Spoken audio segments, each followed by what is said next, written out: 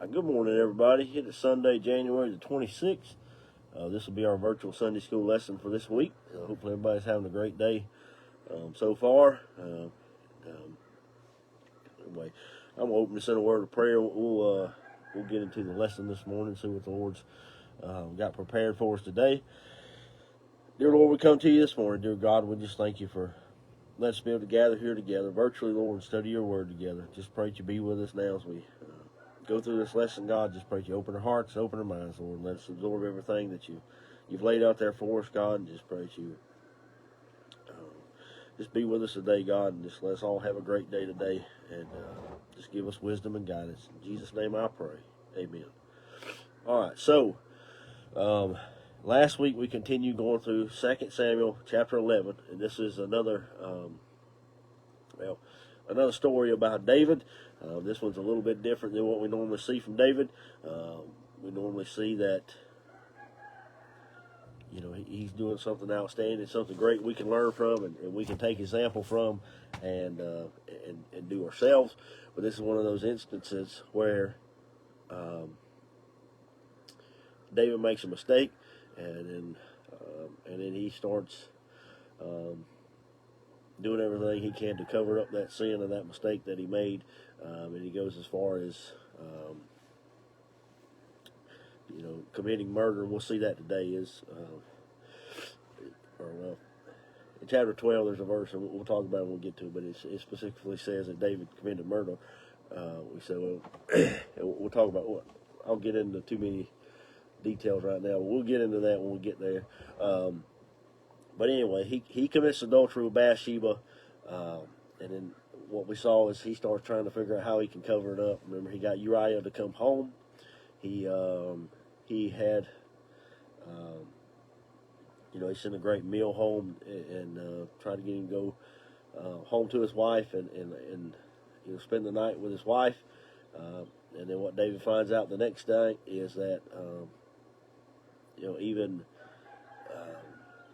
David is so dedicated to his men, to his fellow soldiers, that he doesn't do that. He stays at the king's house with the king's servants, and he doesn't go to his own home. And he tells David why, because his fellow soldiers are down in the field fighting, and he doesn't deserve the luxuries of going home. So then David says, okay, stay another day. And, David's trying to say, okay, that didn't work. We'll scramble around, figure out what else I can do, try to get Uriah to mess up. So, well, not really mess up, but just get him to go home and spend the night with his wife and lay with his wife. Is what he's trying to get him to do. So David, the next day, he prepares him a meal, feast kind of, and Uriah comes and eats. And David, in amongst all that, David gets Uriah drunk. And like I said, we talked about, whether that was, from drinking alcohol, if it was from, spiking his drink or whatever you call it. He made sure Uriah was impaired.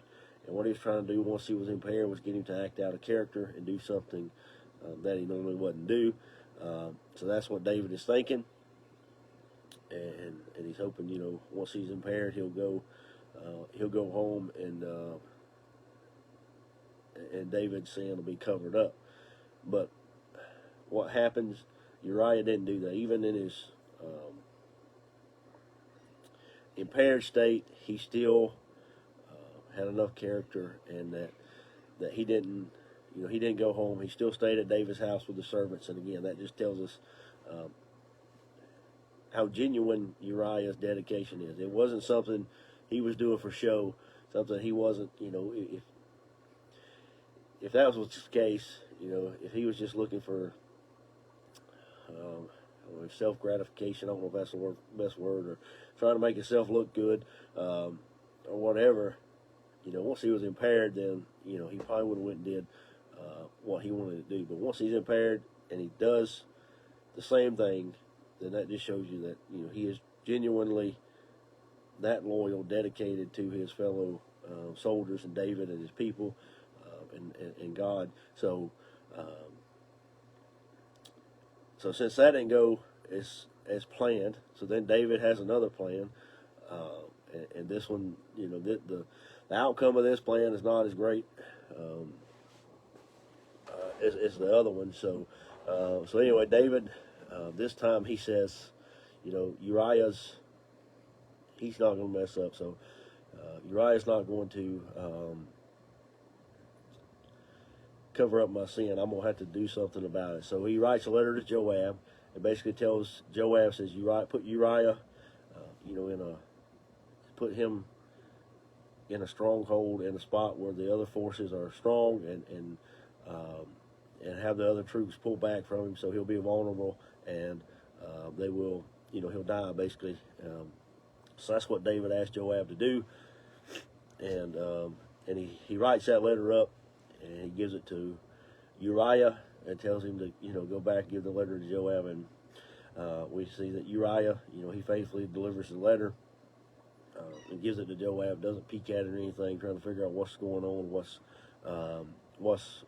the information that David's trying to tell Joab. So what happens is once Joab reads the letter, he plans out he's planning out their battle. He finds a good place that will be a tough place for Uriah to fight, and he sends Uriah in, and during the battle, and Uriah dies. Not only does Uriah die, but several others die also. We talked about the impacts of that. Not only is David's sin affecting him, but also Uriah, and now these other families also. So, it's just a great impact that it has. And then, so now that Uriah is dead, Joab sends an update to David, and he prepares. And this is where we got to last week. He's telling the messenger, you go and tell David what's happening here. And then he says, David's going to question why we attacked there, why we went to the wall, why we attacked the wall, because we know it's common sense not to do that in war, but it's what we done, and David's going to want to know why. So Joab is preparing the messenger, saying whenever he questions that, whenever he starts calling us idiots and telling us, we shouldn't have done that, tell him Uriah's dead, and that will, then he'll understand why. So that's where we stopped at last week. That was verse 21. We left off there. This week we'll pick right back up in verse 22. So we'll be in 2 Samuel chapter 11, verse 22 is where we'll be at. So it says, so the messenger went, and this is the messenger that Joab had given the information to. It says, and came and showed David all that Joab has sent him for. So the messenger comes and tells David, gives him an update on the war, tells him all the things that are going on, all the stuff that Joab told him to go and tell David to do. That's what he does. So he did what he was supposed to do, updates David. Verse 23 says, and the messenger said unto David, surely the men prevailed against us, and came out unto us into the field, and we were upon them, even unto the entering of the gate. So he's saying, the men attacked us, they prevailed against us, and he's saying they came out, to us in the field. And I think what it's saying is, we fought, they were attacking us, they got the upper hand, then we wound up pushing them back to the gate and fighting them. So that's what's going on. So he's basically just telling David what happened in the battle. We see, and so here we get some more information, because we didn't see that last week. We were just told that, they went into battle and Uriah died, is basically what they told us. And he's saying here, we were fighting in the field, they prevailed against us, then we pushed them back to the city, and they entered into their gate. We were fighting them back up to the gate.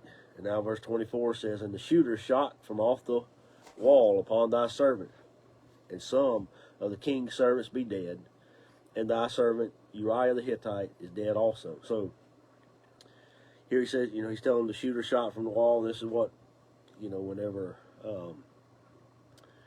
Joab was talking about Abimelech, and you know, how he was killed. Remember that was Gideon's son. We talked about that. That's the one that the lady threw the rock on his head and killed him. That's you know, the story that Joab told the messenger, and basically the messenger doesn't even give David time to get mad about it. He just goes ahead and puts in he said Uriah the Hittite's dead also. You know, he finishes up with that to save himself some grief, I think. You know, that way he doesn't, maybe he can see David as he's giving the message to David, and he's saying the shooters are, they shot from the wall. I'm sure David perked up a little and said, you know, you knew they were going to shoot from the wall. He didn't say that yet. You know, he give the messenger time to finish.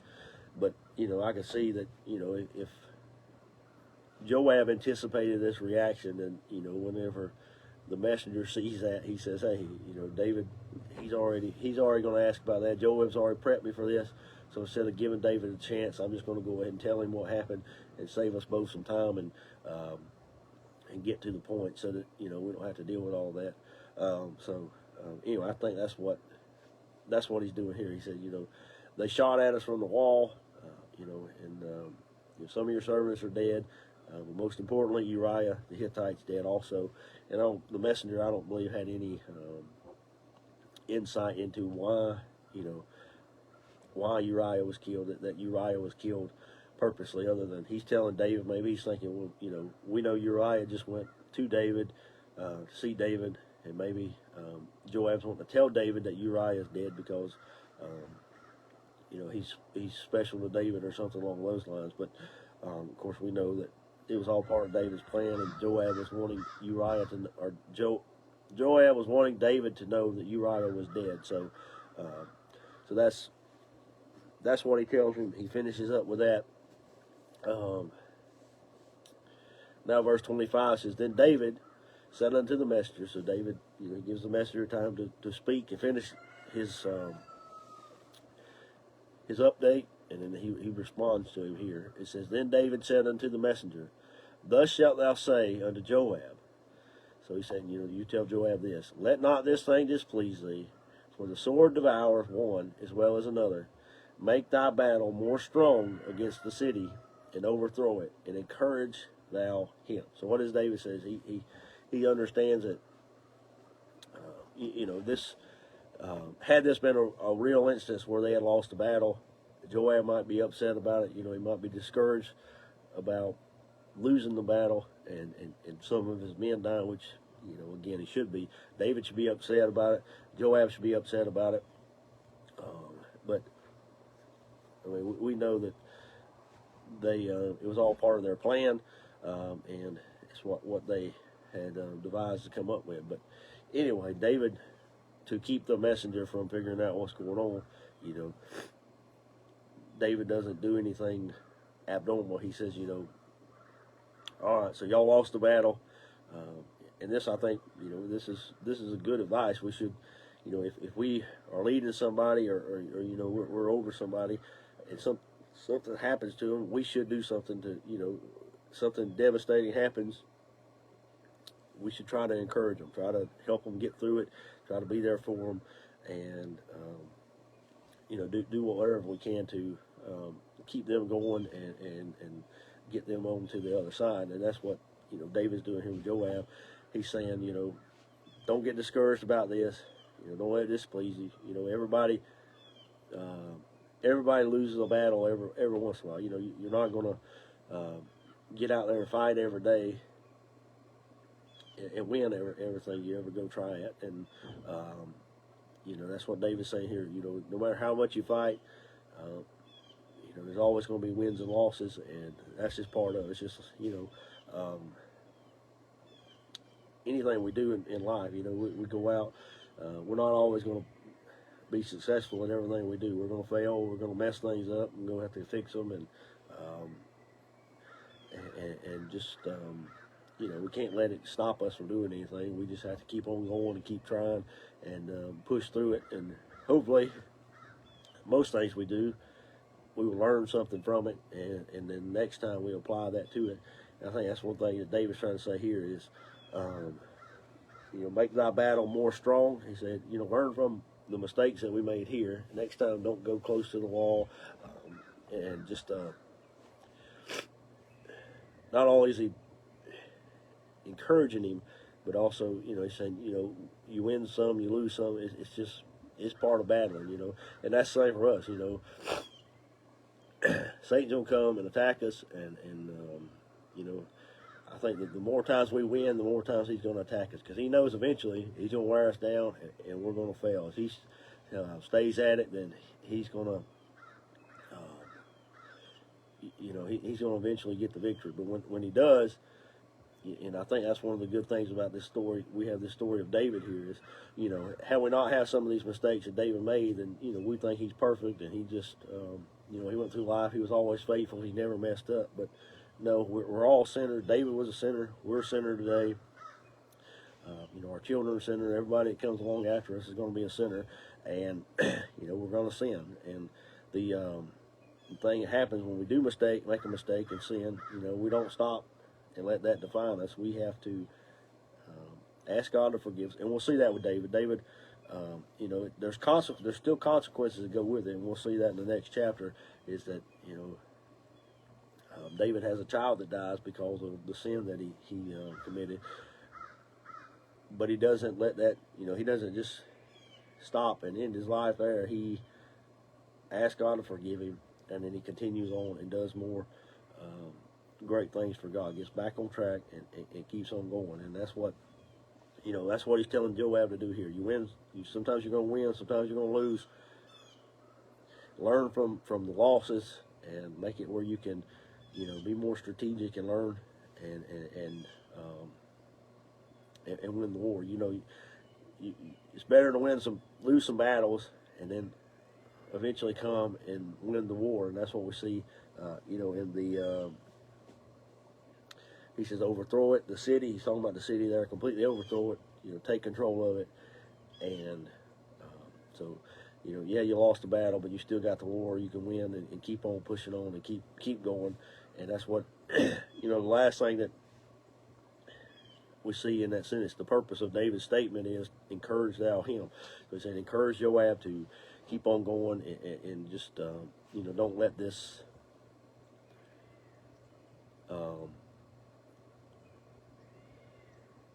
don't let this one loss define you. Get over it and keep on going. And again, sometimes it's harder to do than it is to say, but that's what we have to do, and that's what Joab has to do is push on, and then that's how he's going to eventually win the battle. So, so that's what David tells the messenger to tell Joab and to do. So. Now verse 26 says, and the wife of Uriah heard that Uriah her husband was dead. She mourned for her husband. So now when Bathsheba, she hears that Uriah's dead, and I don't know, honestly, I don't think that she knew what David had done. I think she said, hey, he came home. And I don't know, again, I don't know if she knew he was home. I'm sure David, well, I guess when David sent the food to her house, she knew that Uriah was home. And, maybe she, I don't know if she got to see him and just, I know he wouldn't go home and spend the night, but I don't know if she got to come to the king's house and see him or how all that worked. But I don't think that she knew that David was going to have him killed. It's kind of what I think. I think David probably told her, when she came and said, I'm with child. David probably said, well, you don't worry about that. I'll take care of everything. I'll figure out a way to cover this up and fix our mistake. And you go home and don't worry about that. Now she hears that Uriah is dead. Now, if she put two and two together after the fact, then maybe that could have happened. But I don't think she ever. I don't know. Almost say that if she had knew that David killed Uriah, I don't think the next verse was what her reaction would have been. But anyway, we'll that's just my thoughts on this. Is I don't think she knew that David had Uriah killed. She finds out that he died in battle, and I'm sure David, hopefully, he praised Uriah for his bravery, and gave him a warrior's funeral and all that stuff. He should have been celebrated because he was a very faithful and dedicated man, and he deserved the honor of those things. He didn't deserve what he got. He didn't deserve to be, to have his. You think about the troops that were so dedicated. He was so dedicated to, they turned their back on him, and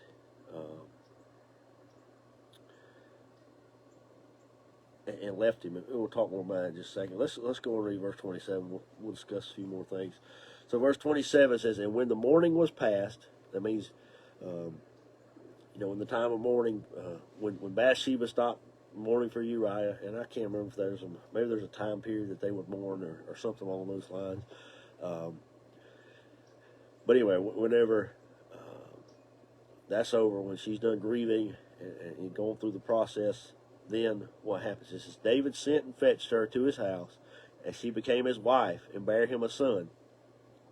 So now, she comes, and David, I picture David. David's kind of, he said, "Oh, well, Uriah was a great warrior of mine, and, he died in battle. Now here's his wife. I'll take his wife, and I'll take care of her to be a blessing to him." And so he's making, he probably makes it look like he's doing something great here by taking her as his wife, but we all know it's because he wants to cover up the sin that they already committed. And anyway, he makes her his wife, and she has a son, after that. So, and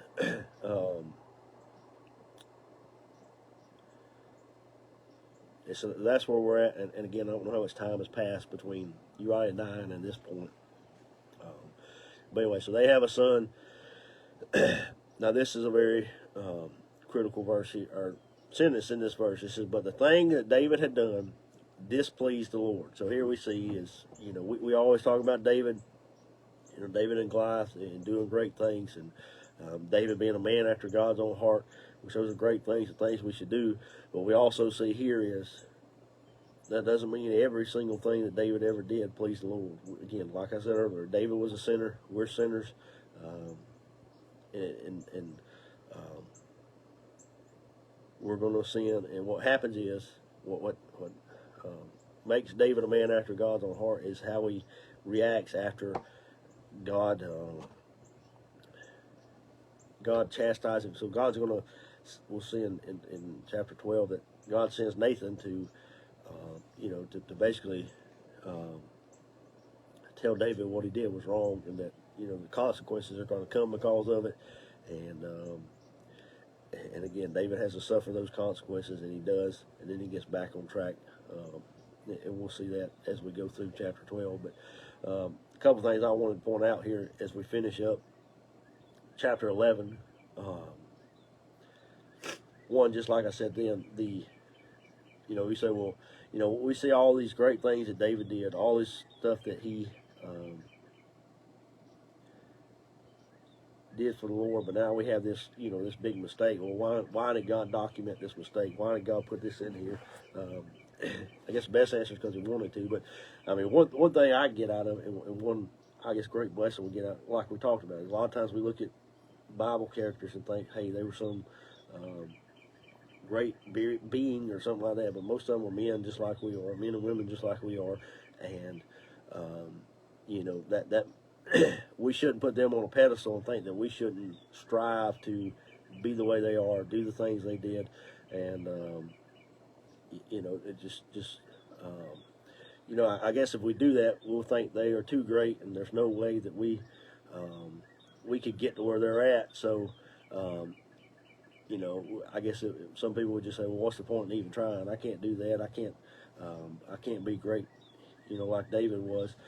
But here we see, David wasn't perfect, and now we have this example, and we see that, even though David committed adultery and murder,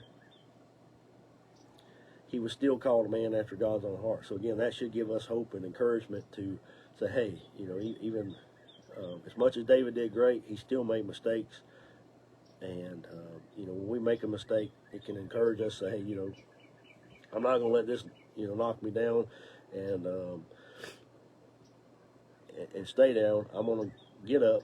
I lost the battle, but what I'm going to do now is I'm going to get in the Bible. I'm going to be better prepared. The next time Satan attacks me, then I will be ready, and I won't fall into these sins. I won't do these things, and that's how we should do it. We should repent, ask God to forgive us, pray that He'll give us strength and encouragement, and help us get through it next time. If Satan comes back, he tempts us with the same sin, or even ask God to, help prepare us for anything else that Satan would bring against us, and that's our only hope is for God to help us through it,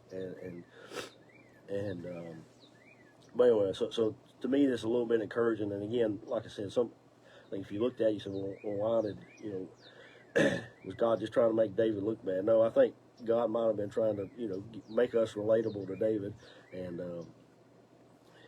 us understand some of those things. So, also another thing I wanted to look at is, or discuss, I guess, is Uriah. You think about Uriah. We don't see Uriah do anything wrong, and he's going through, and I mean, I know Uriah was a sinner too, just like everything I just said about David applies to Uriah too.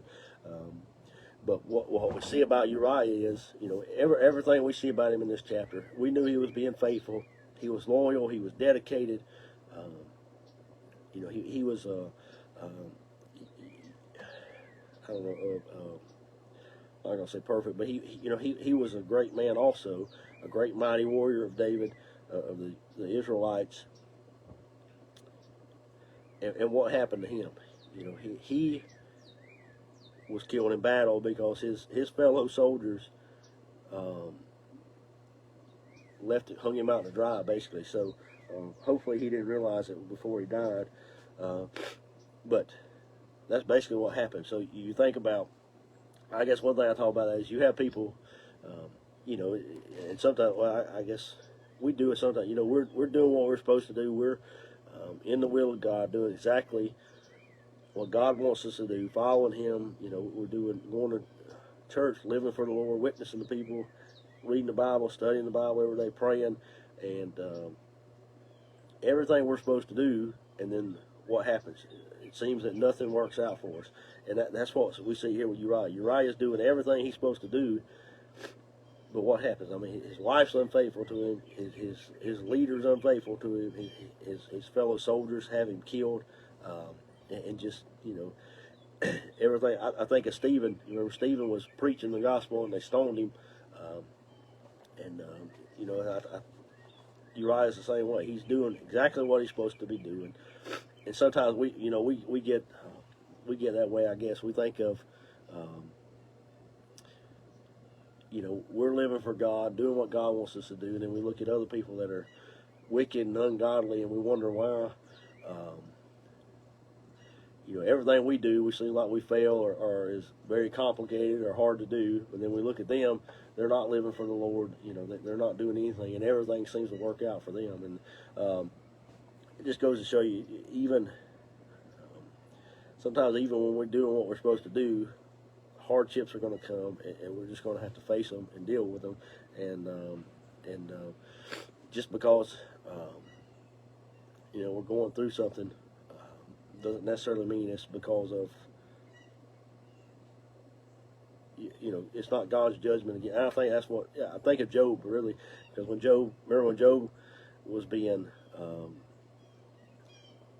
going through his trials, all his friends kept saying, well, you've sinned against God, you've done something wrong, and he kept saying, no, I haven't done anything wrong. Uriah could have been in the same boat. He said, well, I've done everything right. I was loyal and faithful and dedicated, and now I come back and I die in battle, and so that those things just happen, and again, I don't understand all those details, and but it just shows you that sometimes we're sent trials and we have to go through things, and that shouldn't change our attitude. The same God that's in charge, that's in control of everything when we're going through the trial, is the same God that's in control when we're going through the blessings and all that stuff, and it's all part of His plan, part of His will, and we just have to keep going, be faithful to Him, and it'll all work out. So, so that's the end of chapter 11. Let's see, we got a little time. We'll start chapter 12. We'll read a few verses here, and we'll see. So now, it almost seems after chapter 11. Well, so we'll say the first sentence of chapter 27 or chapter 11, verse 27. Now David has Bathsheba, and she's his wife, and they have a son, and that seems like David's probably thinking, "Hey, I got away with it. My plan worked out. I've covered up the sins I committed, and I'm not gonna. Nobody will ever find out. Uriah's dead, so I've got it figured out." But the second sentence of verse 27 says, "But the thing that David had done displeased the Lord." So now we know, no matter how many times we fool our fellow man, we'll never fool God, and we'll never get one over on God. He knows, and when we sin and we do something wrong, no matter how much we think we've got it covered up, God still knows, and God's going to chastise us for that sin, and that's what we're going to see happen with David. I'm sure David thinks he's got it all figured out. Everything's done, and it's over with. But now chapter 12, verse 1 says, "And the Lord sent Nathan unto David, and he came unto him and said unto him." So Nathan comes. Nathan's a prophet. So Nathan comes, and he's going to give David a message from God. And he starts, basically what we're going to see is he kind of gives him a story, an example. And one thing I thought about is, remember, David would have to judge things in the city and make decisions over trials and cases of things that have occurred. And so it seems like, this is one of those instances where David's coming and saying, "Hey, Dave, we need you to make a decision about this and tell us what to do about the matter." And so, maybe that's what he's doing, or what his intent is here. But we'll see at the end that's what he's doing here. Maybe is just giving him this example and say, we need you to make a decision and tell us what to do about it. And then at the end, we find that, David tells him, this is an example of what you've done. So we'll see that in just a minute. So it says, "And the Lord sent Nathan unto David, and he came unto him and said unto him, There were two men in one city, the one rich and the other poor." So he's saying there was two men in the city, one's rich and one's poor. So, we understand that. That's fairly simple to see. You have one man that has a lot of stuff, one man that, doesn't have a lot of stuff. And that's what we're going to see in the next couple of verses. That's how it's explained there. Here, verse 2 says, "The rich man had exceeding many flocks and herds." So the rich man had an abundant stuff. He had animals, and he had great farms, and just anything. He had an abundance of these things, and so this is just kind of giving us a little detail about the rich man, what he had. And it says, "But the poor man had nothing." So he didn't have nothing. He was broke. He could barely make ends meet. Probably took everything he had to survive. And that's what he's saying here. It says, and then the rest of verse 3 says, "Save one little ewe lamb." So he didn't have flocks and herds and all this great, abundance of animals to choose from. He had one little lamb, one little ewe lamb, so a baby lamb, a baby lamb. A lamb is a baby sheep, so that's kind of redundant. But anyway, he had this lamb, and he wasn't raising it to be, to eat.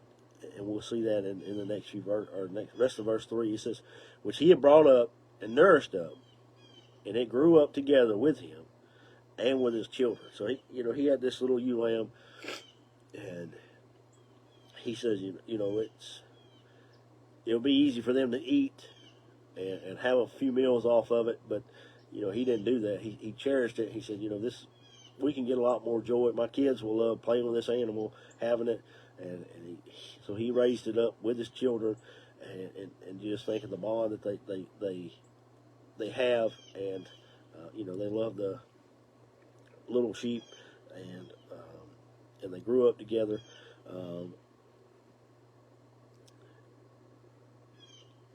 And let's see, it says, it did eat of his own meat and drank of his own cup, and lay in his bosom, and was unto him as a daughter. So that's just telling you how much,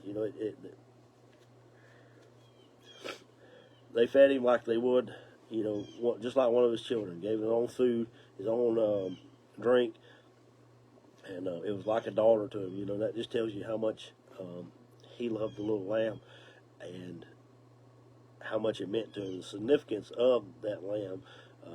And you think, well, if you compare the rich man, he had, tons and tons of lambs. So, his lambs were, he could have went out and picked any lamb, and wouldn't matter, because he had an abundance more. He could have killed one and ate it, and then went and got another one, and it didn't have an impact on him. But the rich man, or the poor man, didn't have any. He had one, and he'd had it for a long time, and he'd raised it, took care of it, and again raised it up with his children. Verse 4 says, and there came a traveler unto the rich man, and he spared to take of his own flock and of his own herd, to dress for the wayfaring man that was come unto him. So he had somebody come and visit him, and instead of going out and just killing one of his many herds, he said he didn't want to do that. He said, I'm not going to sacrifice one of my animals for his, for the, for this man. I don't like him enough for that, man. That's just my thinking. I don't like this guy enough to give him one of my animals to eat. I don't want to. But whatever reason, he said, I'm not going to do that for him. I'm not going to go kill one of my lambs, because it's not, it's not worth it to me to do that. The rest of verse 4 says, but took the poor man's lamb and dressed it for the man that was come to him. So what did he do? He went and took the poor man's lamb, and how he got it and all this thing, we don't really see. Well, we know this is a made-up story, but, just David says, he went and got the poor man's lamb, and took it and killed it, and he fed that lamb to this traveler that was there with him. So you can imagine, even we see the error in that, and the why I shouldn't have did that. It's easy because, it really wasn't impacted the rich man to just go get one of his own sheep and feed that to this traveler. But that's not what he did. He went and took the poor man's lamb and killed it and took it and fed it to him. So, and I mean, once you kill it, and the thing about it is, even if the rich man had gave the poor man another lamb, it wasn't a matter. Even though it's still a lamb, it was that particular lamb that was special, and there was no, no bringing that back, no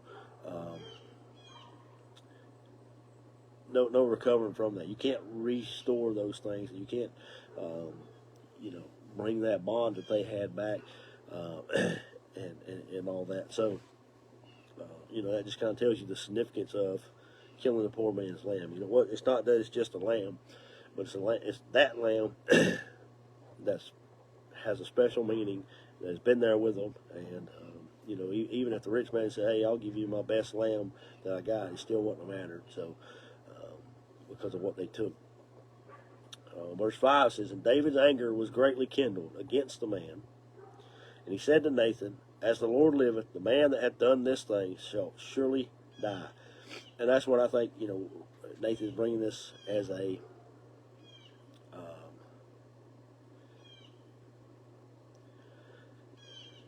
like a case to David, something for him to make a judgment on, because he does make a judgment right here. He says, you find that man and you kill him. And we probably all sympathize with the poor man and say, we agree, what the rich man did was wrong. There is no way to make restitution. And then David says, that man should die because of what he did, just being a heartless and not caring for the rich man and his family. Verse 6 says, and he shall restore the lamb fourfold because he did this thing and because he had no pity. So what does David say? He should have to restore. He should have to give him four of his best lambs. And again, there is no, you think about it, there is nothing that would restore, that lamb that grew up with his kids, and nothing would replace it. It's we call it invaluable, irreplaceable, and it doesn't matter. He could give him 100 lambs and it wouldn't be the same. Of course, he'd probably take the 100 lambs, but it still wouldn't restore what they had.